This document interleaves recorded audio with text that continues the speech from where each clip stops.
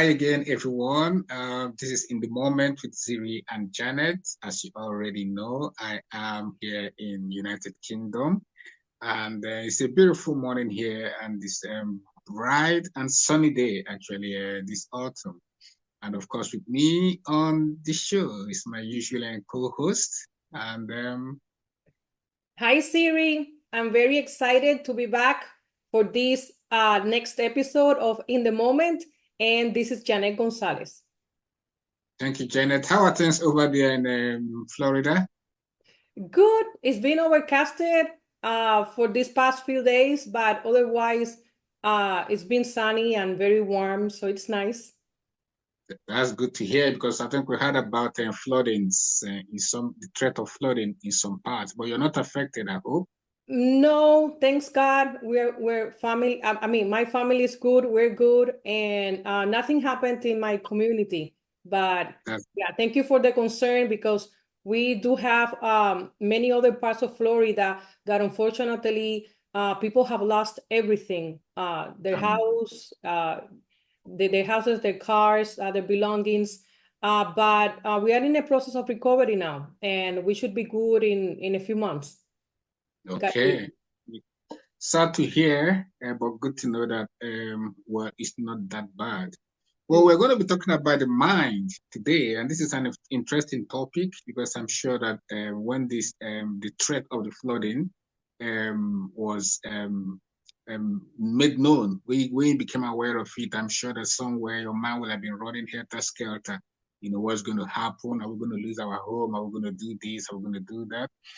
Such is the mind. And so today we want to focus on the mind. We want to talk about the mind. You know, we always talk about mind your own business, mind control, and all that. So what exactly is the mind? What exactly is the mind? I want to start with a quick introduction, or by way of definition. What exactly is the mind? The mind, to start with, is intangible. You know, it's not something you can hold on to. Like, these are my fingers, I can hold onto my thumb, you know, and then I say, this is my thumb, all right? But with the mind, it is invincible. You know, when we talk about the heart, at least there is an organ inside the body that is the heart. But unlike these physical aspects, the mind is invisible, it's intangible. And so as a result, it's kind of difficult understanding it properly. The mind, the best way that we can demonstrate the mind or experience the mind is in our emotions. It is the mind that controls feelings. It is in the mind that we think. You know, say, I'm thinking about doing this. I'm thinking, and then you have a mental image of what you want to do, how you want to dress up for an occasion, you know, the food you're cooking, how it is going to come out. All of that is taking place in the mind. So it controls our feelings, it controls our thoughts, it controls our emotions, you know, fear or whatever. It all starts in the mind. So even though it is intangible, even though it is invisible, it is a very important aspect of our existence, of our being. Yeah. And it is also very, not only is it important, it is very significant.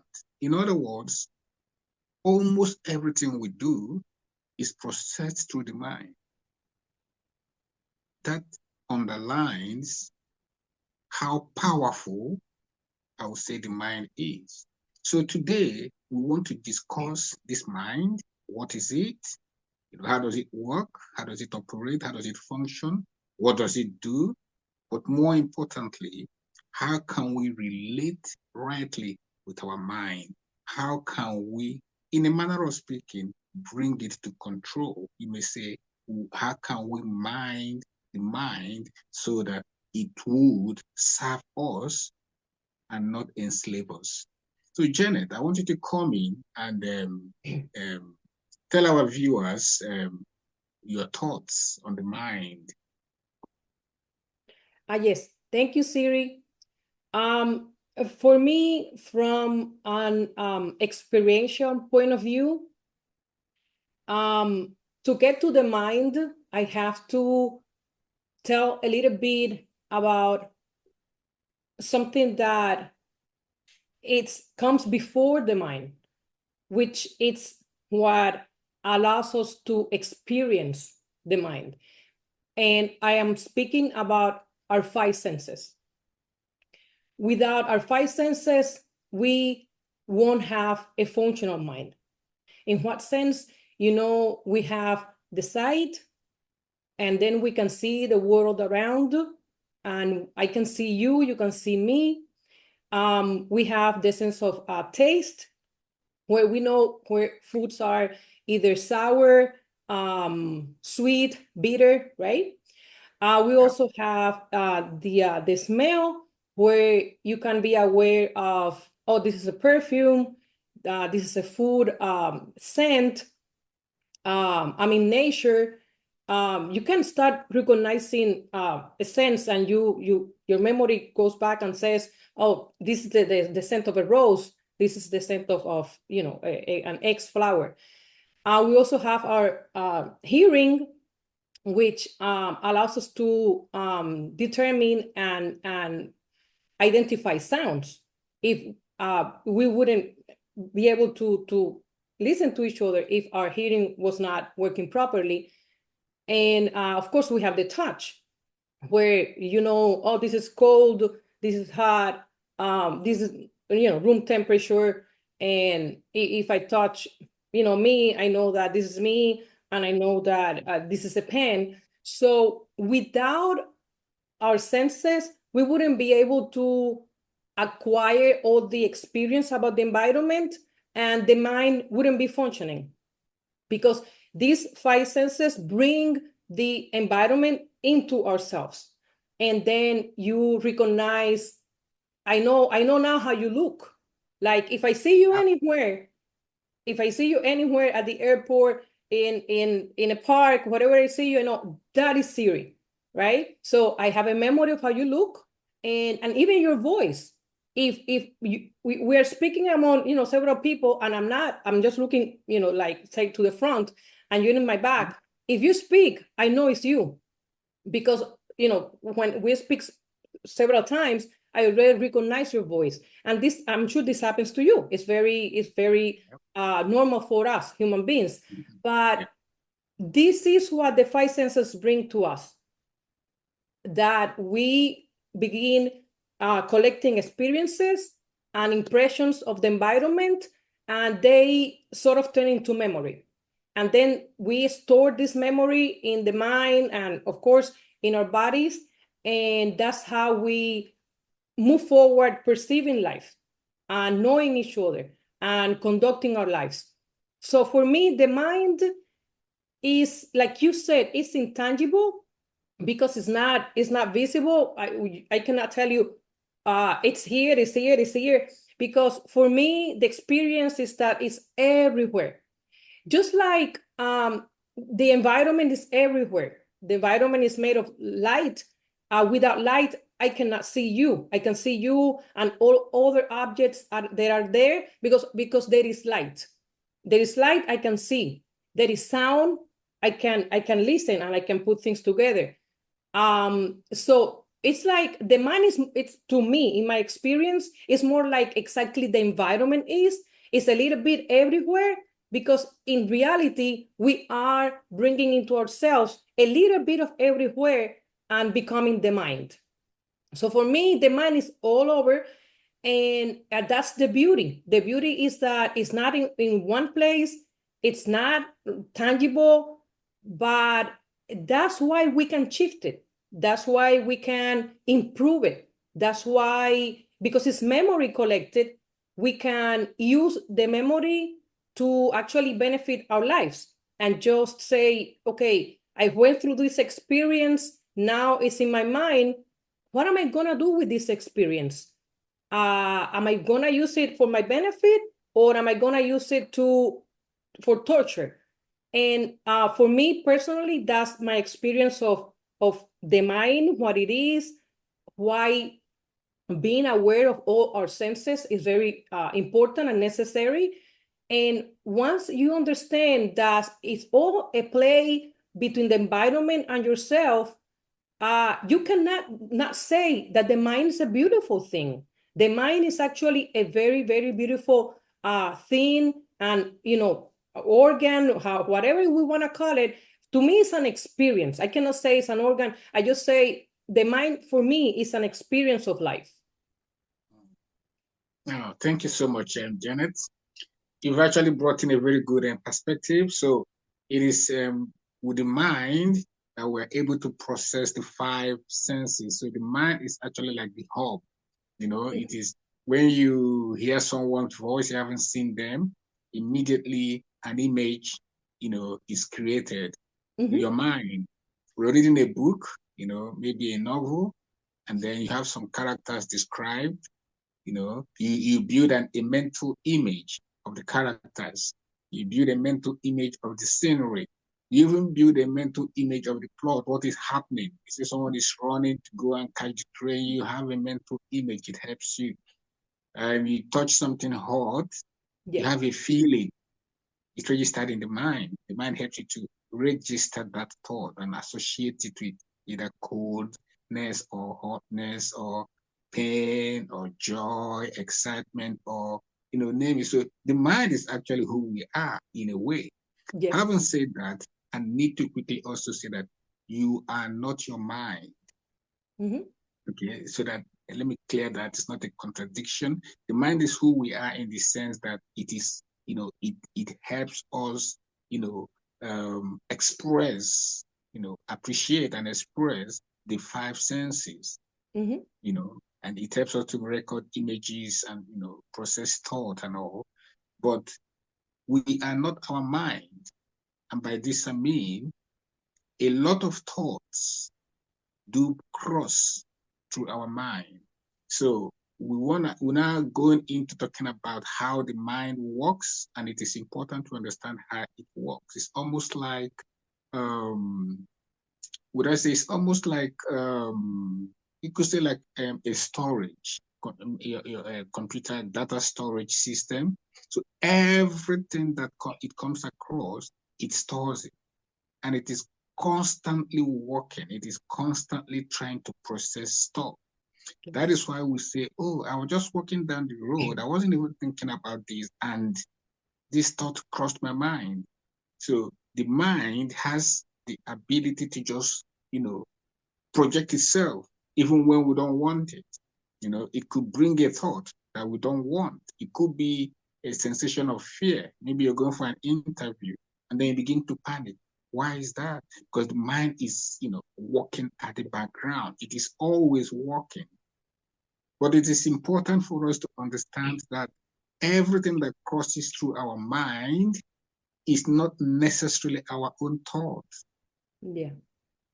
Something can flash by. It could be good, it could be bad. It's not necessarily our thought.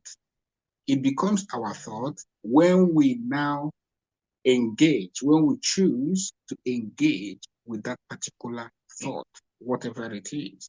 And then we begin to analyze it, and then we begin to process it. Then it becomes our thought. Okay, so how do you then manage the mind? Because we have a lot we want to talk about, maybe in other episodes, but it all boils down to the mind. If we are afraid, if we are worried, if we are stressed, or we're stressing out for any reason, it's all in the mind. It starts in the mind. Are we angry? Are we happy? It's all in the mind. So how are we going to be able to, bring our mind under control so that it doesn't just control us? It doesn't lead us into thoughts that we're not interested in. It doesn't lead us into emotions that will not be productive for us at the moment or at a given time. Again, we are talking about being in the moment. For us to be in the moment, the mind has to be reined in. The mind has to also be in the moment for us to actually appreciate the moment and live rightly. So we want to now go into how to control the mind so that it does what we want it to do and not controlling us or leading us astray to do the things that it is suggesting to us. So, Janet, I know you have a coaching experience in this aspect. Can you give us, some nuggets on controlling the mind? Yes. Ziri, for me, what has worked, I'm just gonna first explain what has worked, because then from there I will just explain why. For me, I started doing meditation, I would say 2 or 3 years ago. I began sitting down for at least an hour every day, very early in the morning, even before sunrise. And I would just quiet my mind completely and my whole body, not only my thoughts, not only what I was thinking about, what I wanted to do. For one entire hour, I would just sit down and remain quiet and still my mind. Well, something very beautiful happened in after maybe almost 1 year of meditating, maybe less, that I began feeling my mind was quieting down. It actually was very still. In what sense? My thoughts were not coming anymore to hunt me down. My thoughts were not coming anytime now they wanted, in the sense that there was not a flare up. I would not be worried, thinking, rethinking. I don't know if you have experienced this, but sometimes if a particular thought crosses your mind, you could think about just one sentence for maybe 1 hour in a row. I don't know why, but the mind has the capacity to engage itself and repeat and repeat and repeat. That's why we have recurring thoughts. So for me, I was able to quiet the mind. Once I did that, now I feel there is sort of a distance between the person that I am, my being, my inner self, and thoughts. Like I can be very aware of what I want to think about, when I need to think about that.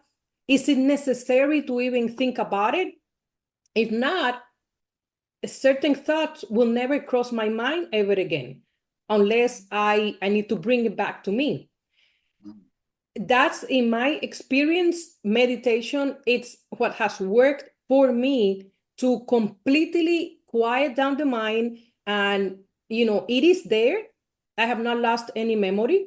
I have not lost any thoughts. I know exactly who, everybody is and what my life has been, because we don't lose anything. It's just that we sort of tone down the activity of the mind. That's what meditation does. It just quiets down, tones down, and it just puts at a very, very low level the activity of the mind. And that then allowed me to be in the moment, to feel more present, and in turn to have a greater clarity of mind. My concentration improved, my clarity of mind improved, my focus on what I want to do when I want to do it improved. Then for me, I say that meditation is it was my tool to always be present, to always be in the moment, to understand how our mind, our thoughts, experiences, collection of impressions affect ourselves, and how beautiful it is when you understand that it's all a play, how you can control it. Because once you understand all of this is a play, like I said, between the environment and me, then now I can control it. Now I can control the mind. It's controlling but in a way that you can reuse it, because sometimes you control, but you lose like what you control. Now, this is a control that is more like to be able to engage with it, but when you want, at the time that you want, as you need it. Because why would I have to think and have a negative experience about something that happened to me when I was 12 years old, today that I am an adult? Then it is our responsibility, it is my responsibility as a human being to experience this life in a light that is beneficial for me. And that's how I got to controlling my mind, through meditation and through just living a stillness. I can leave the stillness of the mind, and then that makes me, in my experience, do my things out there better and be a better human being, because now, without worrying, without frustration, without negativity, I feel like I'm a better human being, and I can exert this benefit onto other people and have these conversations that we're having. That's interesting. Very good. So that's it. Meditation is one of the ways that you're able to bring your mind to control. For Yes. me, also on a personal level, I do meditation. You may call it prayers for some people. Mm-hmm. And additionally, I do what I call conscious reflection. So oftentimes I go for a walk. It could be if it's weekend, maybe in the morning or in the evenings. And when I do go for a walk, I I use that opportunity to reflect. But Yes. this time, reflection is different to just thoughts running through your mind. This time you are consciously focused upon something. Yes. Okay. So let's say I had a task that I had done, or maybe I have something I'm working on as in writing. Mm-hmm. When I go for that, when I now begin to reflect on Mm-hmm. a particular subject, on a Yes. particular topic, on a particular event, Mm-hmm. and then I'm trying to see what can I do better? What have I done? What do I need to do? This I would call positive thinking, Mm-hmm. not thinking positively, but positive thinking in the sense that this is a productive type of thinking. Right. So when I reflect, I bring myself into the now. Mm-hmm. And I also train my mind to focus on the subject or the particular thing that it is that I want to focus on. And then I work on that. And then the reflection can also be future plans that I'm making, things I need to do in the future. It could also be exploring the past to know what lessons I can learn from it. Mm-hmm. But the point is conscious reflection, being intentional with your Mm-hmm. thoughts. So your thoughts are not just running wild anyhow. You are actually bringing it to bear your mind to focus on a particular thing. This is also one way that you could, when we say control your mind, we're not saying you're going to stifle it, you're going to make it a slave, no, but you're trying to, bring it to make it more productive other Yes. than just counterproductive being everywhere. Another tip also is some people practice, which is similar to meditation or even conscious reflection. They just practice stillness. Mm-hmm. So sometimes I go to the beach where I am and I just sit back and just intentionally blank my mind. I don't want anything coming in. I just want to just be still and just enjoy the waves, enjoy the sound, and just enjoy that moment. Does it mean thoughts will not try to come? They always would come, but I will push it aside. Once I don't engage, it goes away. Yeah. And that's another tip you can use to control your mind. The mind will always make suggestions. It's like when you're watching something on social media, maybe on YouTube or maybe on Facebook, and then there could be an ad suggestion. If you want, you can click on it and watch. Or it could be a notification, like on YouTube. As soon as a video is coming to an end, at the top right, there's a notification that pops up, maybe something related to what you're watching. It's up to you to now engage and click on it. That's what the mind Right. does. it will bring, do you want to think about it? You want to think about it? You want to think about it? Well, just if you want to be still, your answer is no, no, no. And the mind will have to, go, respect your decision. And then you just focus and just be still. It's also another process. It's similar to meditation, but this time you're not really saying anything. You just, you call it silent contemplation.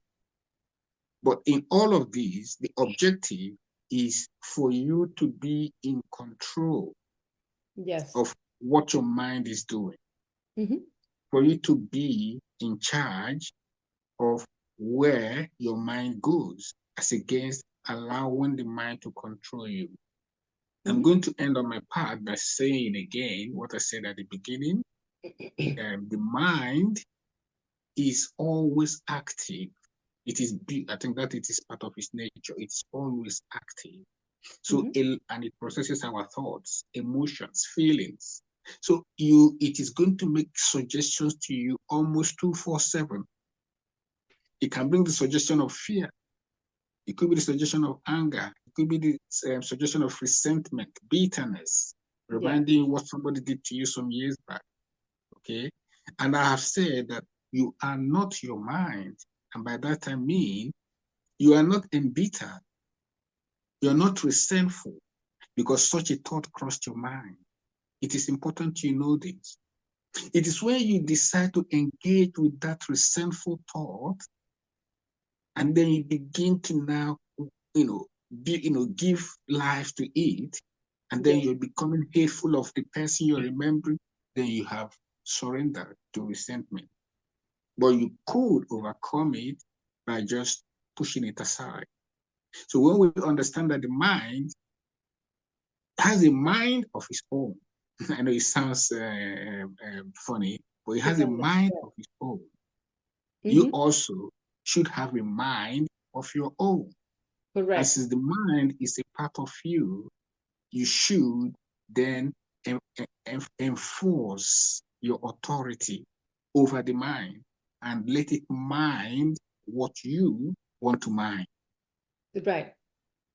And I will hand over to Janet, and just to note also that we are going to be, because I talked about minding what you mind, so that brings about mindfulness. Just to give you a quick tip that we're going to be discussing this also in the next episode. But yeah, your final words on the mind, please, Janet.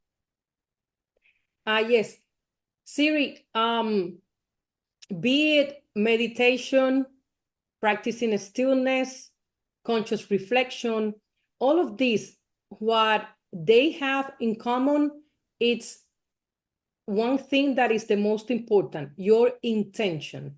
Once you have the intention to change the mind, to make it work for you, that's all it matters, because human intention is very powerful. You begin with the intention that this needs to change, and we can do it. We can change it. It doesn't matter what is the subject that you work on. Like you said, you stroll around, you have conscious reflection on what you did or what is coming and how to better do it. These are all reflections that you want to become better, that you are intentionally making change. And for me, it's not about the practice, because everyone has a different method of getting to a result, but the intention to begin is the most important. And I'm very happy to be again with you to discuss mindfulness. Thank you very much, Janet. And this is it for this episode. We hope that you are able to pick one or two tips from this to help you in your self-awareness and self-conscious self-care journey. And today we've talked about the mind, what it is. We've talked about the mind, what it does. And we've also talked about the need to mind your mind. Look forward to the next episode when we shall be discussing mindfulness. Thank you for joining us. If you're new to the channel, please subscribe. And if you've enjoyed our discussion today, You can also like, leave a comment, and also share with your friends.